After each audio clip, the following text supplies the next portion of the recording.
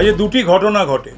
দিন যত এগোচ্ছে নির্বাচনের দিকে, নিশ্চিত পরাজয় জেনে বুঝতে পেরে তৃণমূল প্রার্থী সুদীপ বন্দ্যোপাধ্যায় অসভ্যতা করাচ্ছেন, নোংরামি করাচ্ছেন।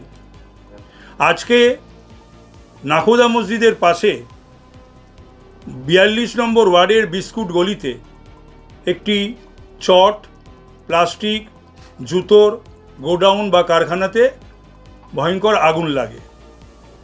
আমার নিজের বেরোনো ছিল, অন্য জায়গায় পদযাত্রা ছিল। ইনস্পাইট অফ দ্যাট আমি সেখানে খবর পাওয়ার পর আমি ছুটে যাই এবং স্বাভাবিক কারণে আমার সহকর্মীরাও সেখানে উপস্থিত ছিলেন বা আরও আসেন।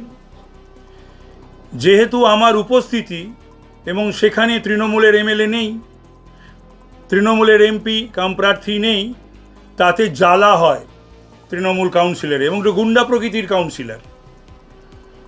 তো সে সেখানে পুলিশের সামনে সেখানে অভদ্রতা, অসভ্যতা করে।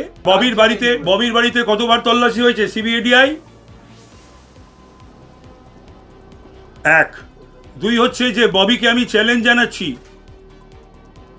যে আমি 13 বছরে এই সরকার ছিল, আমি 13 বছর এমএলএ ছিলাম, মন্ত্রীও ছিলাম 2.5 বছর, ডেপুটি চিফ হুইপ ছিলাম। চ্যালেঞ্জ করছি, ওই যে বলেছে না ওয়াশিং মেশিন ইডি ঢুকেছে, বলুক আমার বাড়িতে ইডি কে ঢুকিয়েছে।